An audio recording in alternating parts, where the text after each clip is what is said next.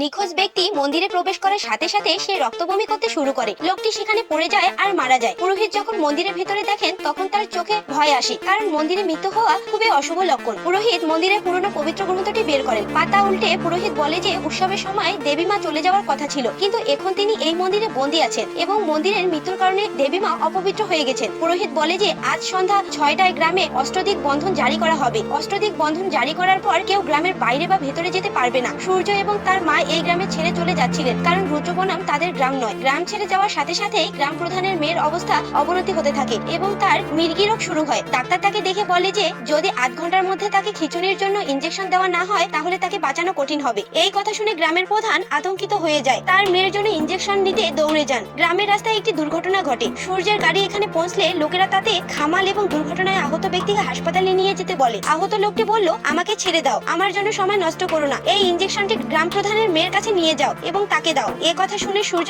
এক মুহূর্ত নষ্ট না করে ইনজেকশনটি নিয়ে দ্রুত গাড়ি চালিয়ে গ্রামের দিকে যেতে শুরু করে। এই দিকে গ্রামে অষ্টদিক বন্ধন সম্পূর্ণ হতে যাচ্ছিল। তৃতীয় পার্টটি দেখার জন্য আমাদের চ্যানেলটিতে অবশ্যই লাইক, কমেন্ট ও সাবস্ক্রাইব করবেন।